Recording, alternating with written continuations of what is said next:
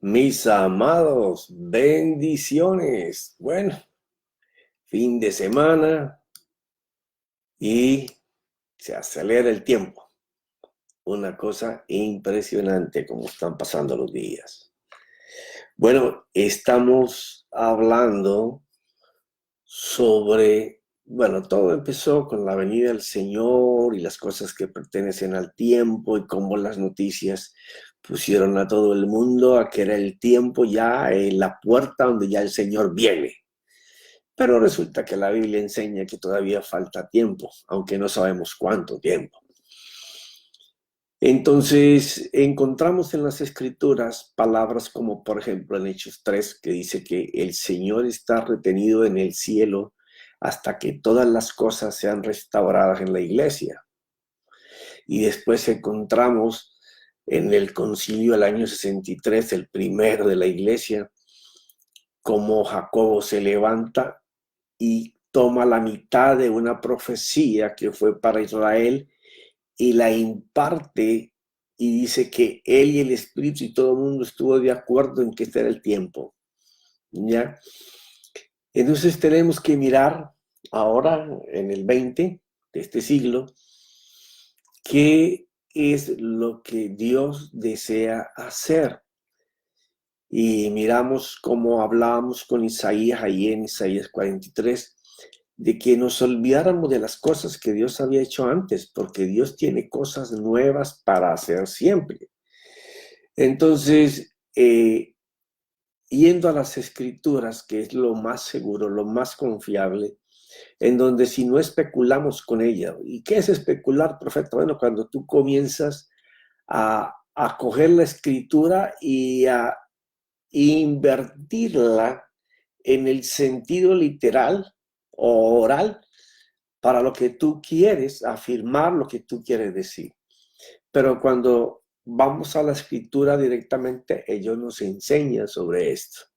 Por eso te dije del principio de Semillas de Fe que yo no iba a impartirte un principio de lo que yo pienso, sino que vamos a dejar que la escritura nos diga qué piensa Dios.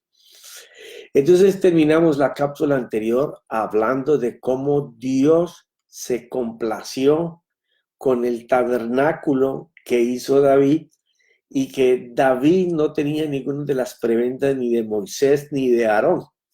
Mas, sin embargo, Dios se dejó conducir por David a un tabernáculo que él hizo, ¿ya? Yo no sé, no narra la escritura cómo lo hizo, pero por la forma en que estaba, no tenía cortinas, no tenía escaleras, no tenía nada de oro, nada de plata, nada de cosas bordadas, no, simplemente una tolda hecha con pieles de animales, sin cortinas, era abierto, y tampoco dice sobre qué fue puesto el arca, si sobre un madero, sobre una piedra. Lo que sí dice es que David estaba sentado al frente del arca y que Dios le hablaba ahí, y ahí fue donde él comenzó a escribir esa cantidad de salmos poderosísimos. Muchos me imagino que los había aprendido o escrito en su corazón desde que era muy niño, muy joven, cuando fue desechado por su padrastro, por su padre y por sus hermanos, que esa es otra historia que ya hemos contado.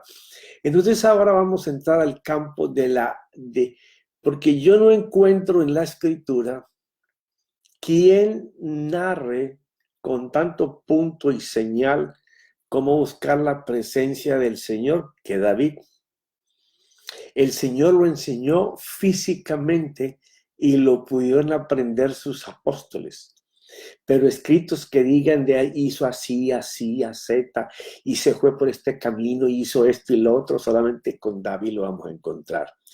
Bien sea narrado por Samuel, por Crónicas o en los Salmos.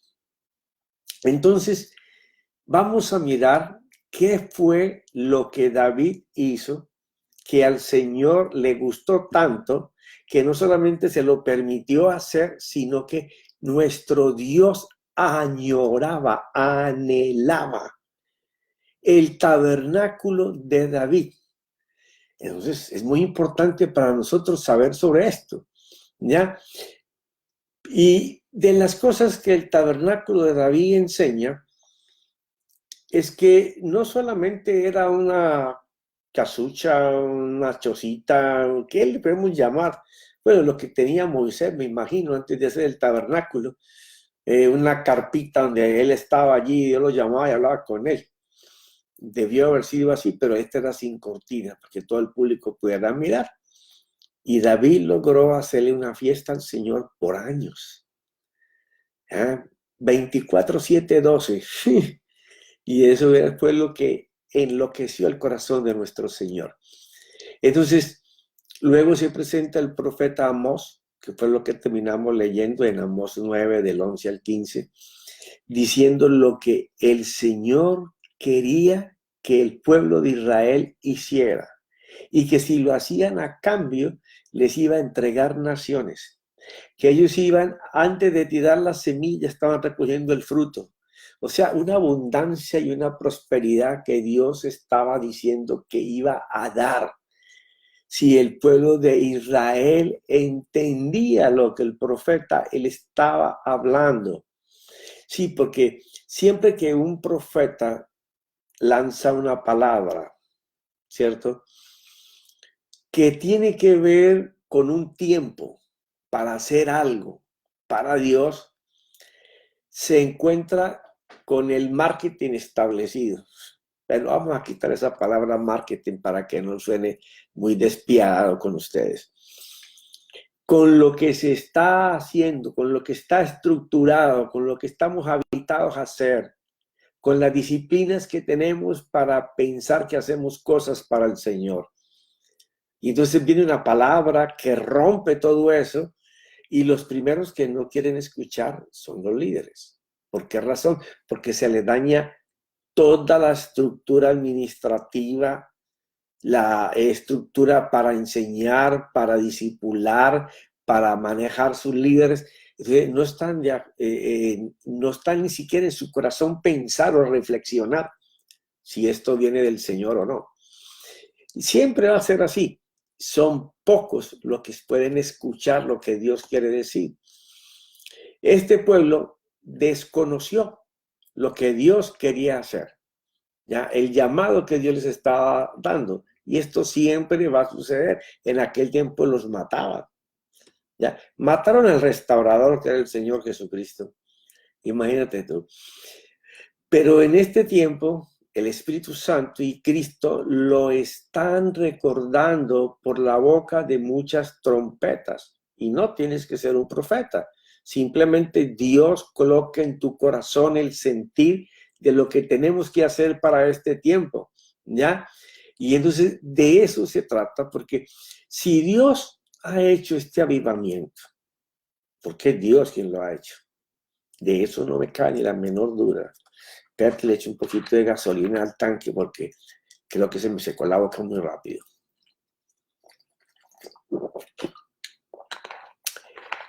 Entonces, si Él lo ha hecho todo y ha hecho que ateos de otras religiones, de otras creencias, reconozcan que hay un Dios y que solo Él puede revertir lo que está pasando.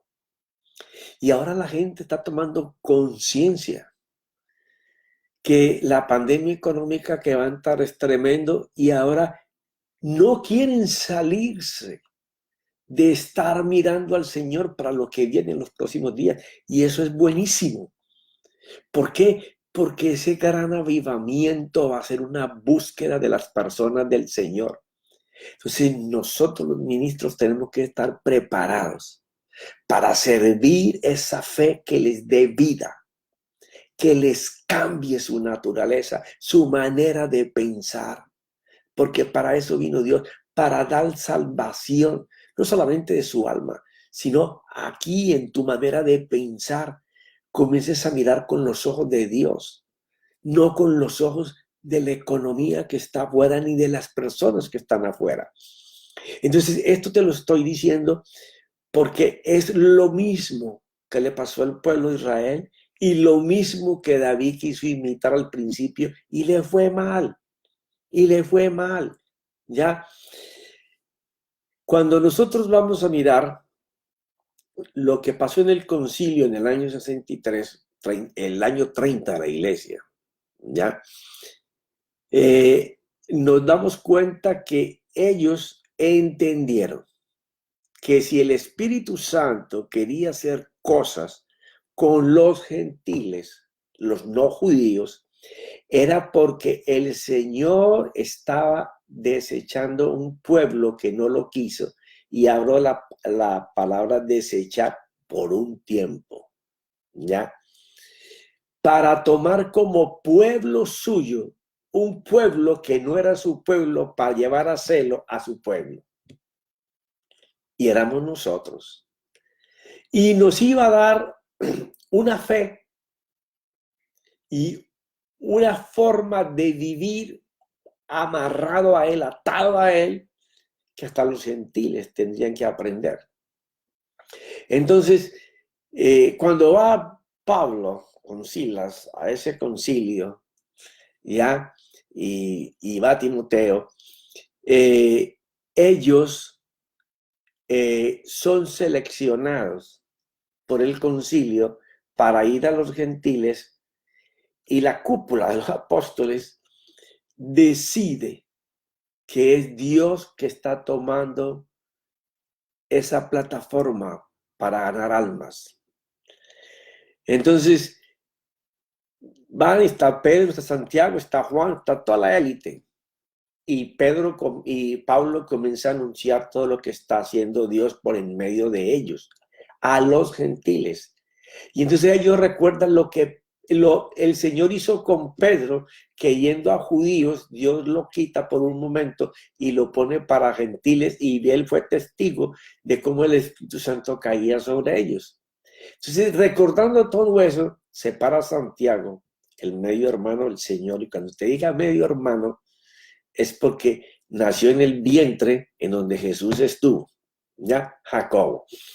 Entonces, se para este hombre y dice lo siguiente: por la boca del apóstol Santiago o Jacobo, vuelve sobre el tema profético de Amós, el que te contaba ahora, que lo hablamos en la cápsula anterior, pero esta vez saca al pueblo de Israel de la profecía y solamente usa el 50% o el 40% de la profecía, el otro 60% no lo narra, ni hay testimonio en cuando él usa la profecía que Amós dio.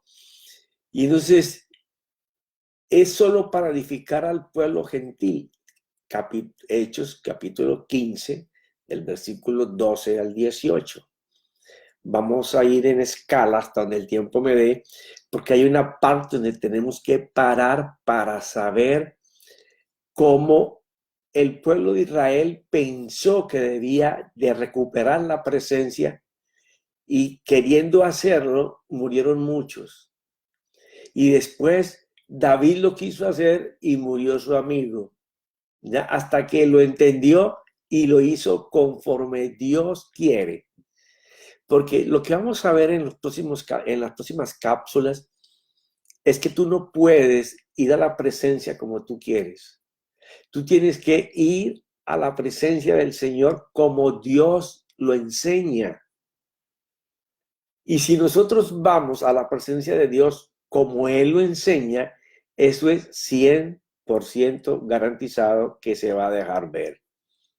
Que te vas a poder memorizar cómo Él te habla, ¿ya? De eso se trata. La presencia es aprender a identificar los tiempos con Dios, y que no imaginemos que estamos con Él cuando estamos con nuestro yo, ¿ya? De eso es que se trata la presencia.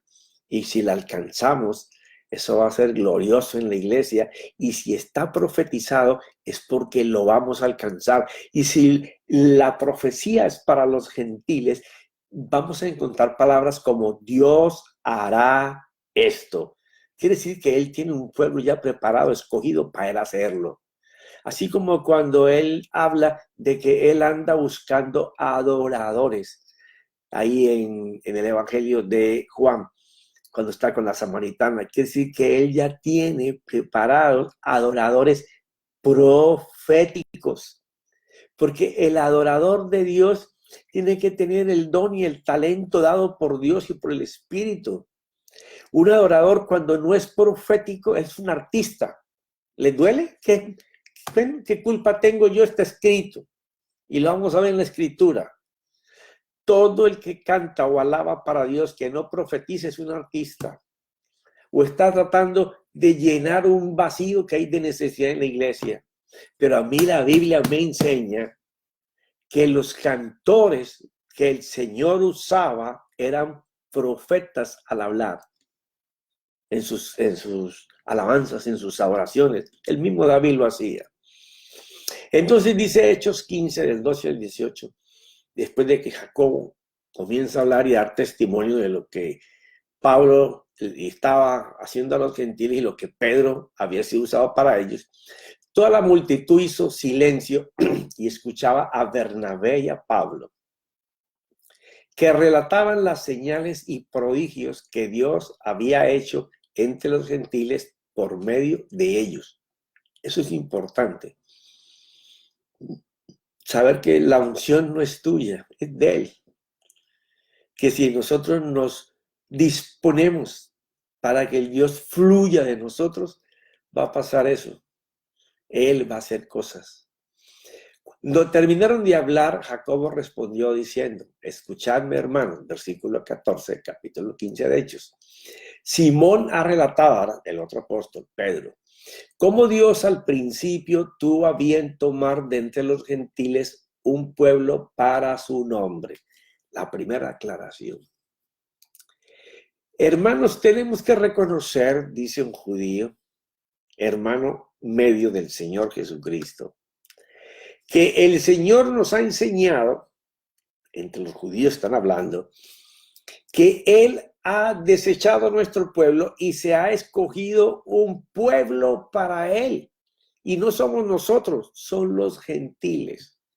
Por eso cuando terminamos en Lucas, la semana antepasada, en el capítulo antepasado, hablamos que todo va a seguir en esta gracia hasta que se complete la entrada de los gentiles.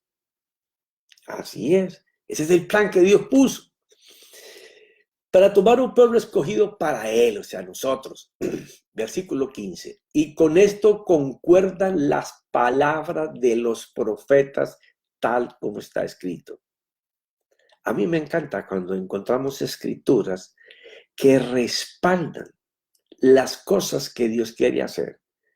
El apóstol Santiago está diciendo que profetas anteriores hablaron de que Dios iba a escoger un pueblo para Él, para que ese pueblo hiciera el plan de Él. Ese pueblo eres tú y yo. Lo que tenemos es que estar dispuestos, listos, hambrientos, porque ese Dios que está dentro de nosotros comience a fluir con su plan. Pero tenemos que hacer cosas. Y todas las cosas que tenemos que hacer son con el hombre interior, con el que no le permite a Dios salir. Y esto concuerda con las palabras de los profetas tal como está escrito. Versículo 16. Después de esto volveré. Óyeme bien.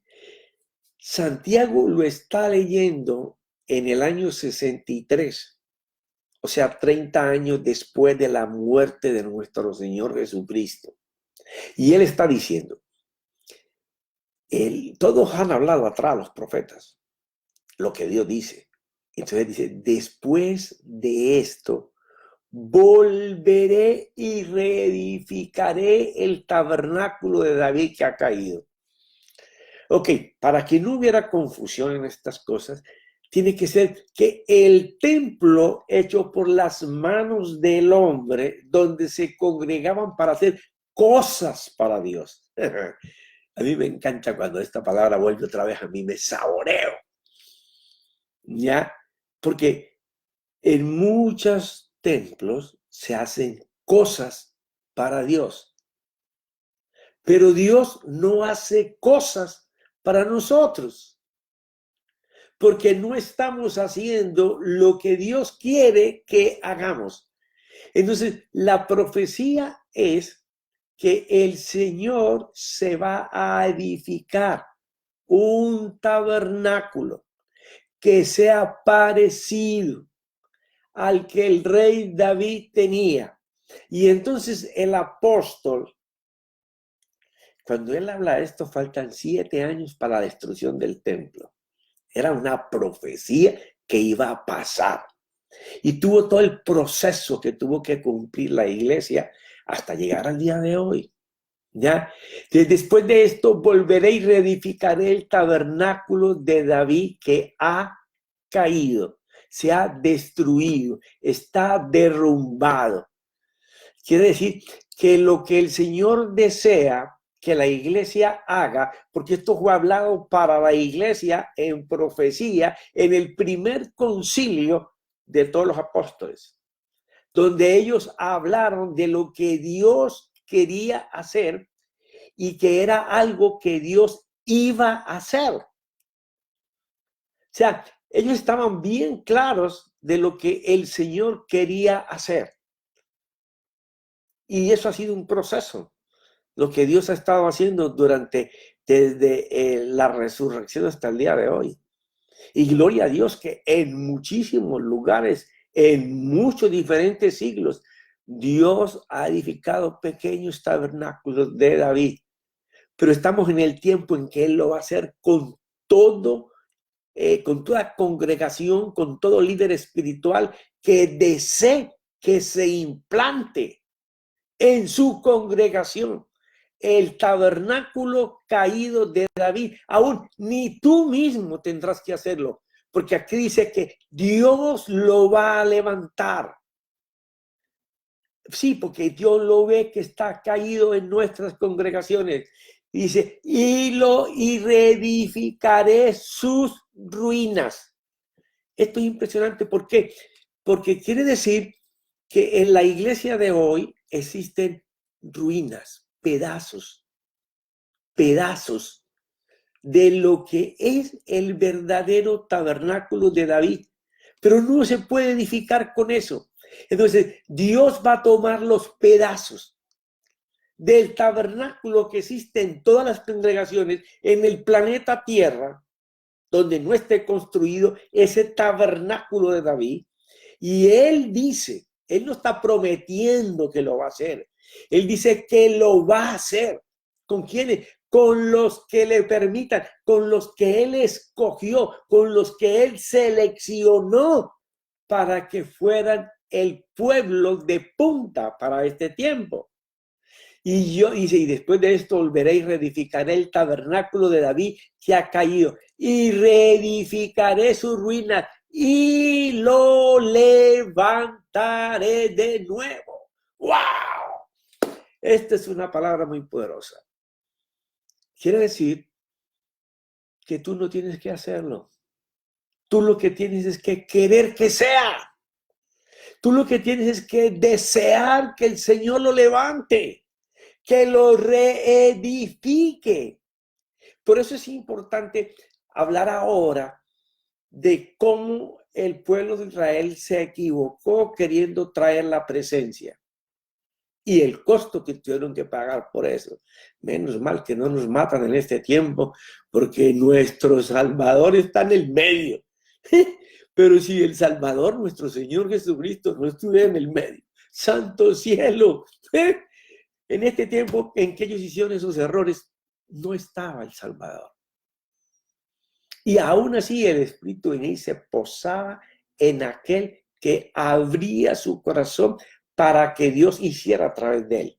Porque esa es la gracia, permitirle a Dios hacer cosas para nosotros.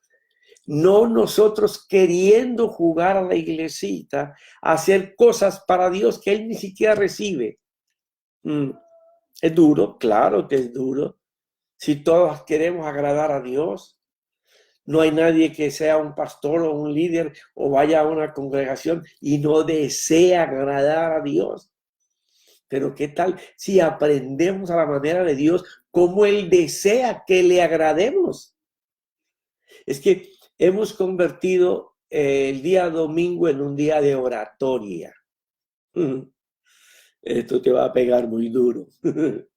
Sí, el día en que nos preparamos para la oratoria, para una palabra de fe, pero olvidamos que el día fue hecho para Él, para Dios. Es un día de fiesta, de gozo, de alegría, de gratitud, pero para Él. La oratoria va a empezar a ser algo muy pequeño en la fiesta del domingo, porque tu obligación y la mía es estar constantemente en la palabra, como lo significaban en el tabernáculo que Moisés levantó. Tenían que estar volteando los panes y las hierbas toda la semana para el día sábado comérselos y poner panes nuevos, ¿ya? Entonces, pero ¿qué fue lo que David hizo? Que él no tenía ni panes, no tenía un candelero atrás encendido, no tenía incienso, no tenía el altar de oro, ¿ya? Ni un altar, ni un lugar santísimo.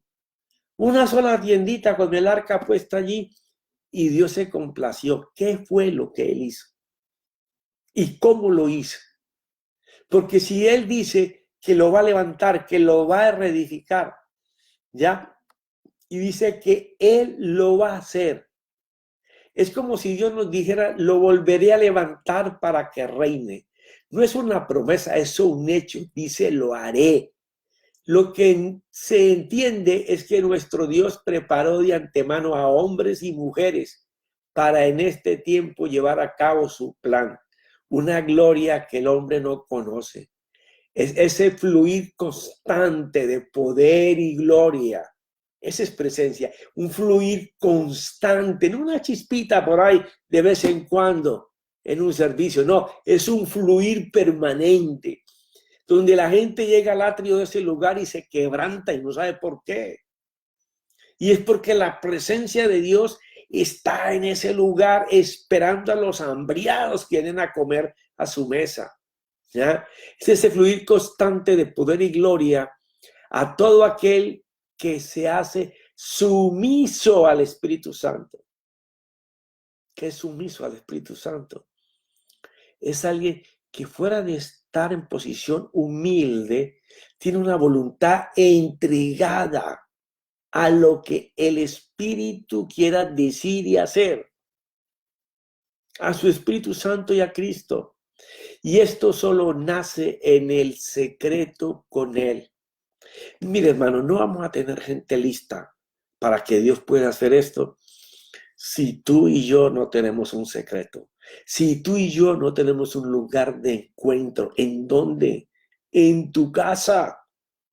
Tú no puedes llegar el domingo a la iglesia a esperar que tu pastor, tu líder, te lleve al secreto. No, si él tiene que trabajar para hacer para él. Él puede enseñar lo que Dios le da en el secreto. Pero tu obligación y la mía es todos los días, de los 6 días antes y la mañana de antes de ir al 7º día, estar en el secreto pidiendo, clamando, suplicándole a nuestro Dios que queremos tener un corazón y una mente abierta para que Él tome control, para que Él reine, para que Él sea Señor. Si yo soy de su propiedad, para que Él haga conmigo como Él quiera. Pero estar pendientes de ser de esa forma. Nadie podrá entrar a un secreto y permanecer en él y saborear lo que se logra en el secreto si no tiene tiempo para Dios. Ya ese tiempo en que el Señor estaba esperando a ver si nosotros le dábamos un minutico. Él siempre pensando desde que nos levantamos hasta que nos acostamos, ¿cuándo será que este hombre, esta mujer, me va a dar un ratico? No, siempre está en sus cosas. Nunca tiene tiempo para mí. Y luego cuando se está incendiando, viene a ver si yo soy el Dios bombero para pagarle el problema que tiene. No, el secreto con Dios es una labor disciplinada, constante, permanente que debemos de practicar desde que abrimos los ojos en la mañana hasta que los cerramos en la noche. Te lo he dicho en muchas enseñanzas, hazlo de camino para tu trabajo. No importa la gente que tengas a tu lado, tú estás buscándolo a Él aún en medio de la gente. Porque si tú no elaboras un secreto para Él, tú no vas a ser partícipe de lo que Dios ha profetizado para este tiempo.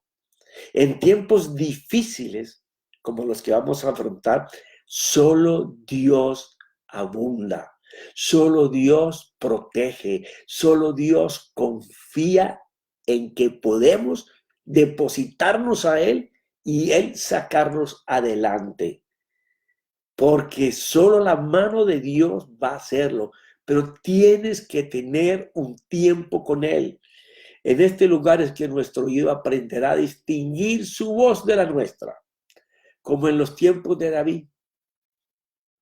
Ahora, ¿quieres saber qué era lo que David hacía que rebosaba el corazón de Dios? Vamos a tener que esperar hasta la próxima cápsula, porque se me acabó el tiempo para esta cápsula. Pero hay algo que sí te digo, todos lo podemos hacer. Es una lucha con nuestro interior permanente. Porque tu yo no está enseñado a eso. Él está enseñado a gastar tiempo para él, no para otras personas. Por eso es que ese mandamiento de amar a tu prójimo es practicar el secreto. Donde tú sacas tiempo para otro, entonces tendrás tiempo para el Señor. Y tu corazón va a rebosar de la presencia de Dios. No es lo que sabemos de Biblia, es lo que Dios hace con lo que sabemos. No es hacer cosas para Dios, es que Dios haga cosas para nosotros, donde la gente pueda decir, Dios está con él. Eso es maravilloso. Pero mis hermanos, en el nombre de mi Señor Jesucristo y su Santo Espíritu, que tengas un fin de semana para el Señor, que sepas que tienes la oportunidad de practicarlo desde ahora para llegar encendido a tu congregación, o si la administración de esta semana es por internet, ahí puede ser. Tenemos que comenzar a practicar. Si no lo hacemos, no vamos a ser partícipes de la manifestación de los hijos gloriosos de Dios en este tiempo. Te deseo lo mejor, que el Señor te ilumine, te guíe, te enseñe las Escrituras, qué es lo que Dios está esperando para este tiempo. Y vamos a estar tocando escrituras proféticas que hablan de lo mismo. Y sobre lo que no debemos hacer, porque está escrito los errores que cometieron aquellos tratando de buscarlo y perecieron y no pudieron. Padre, te doy gracias en el nombre de mi Señor Jesucristo y su Santo Espíritu. Amén.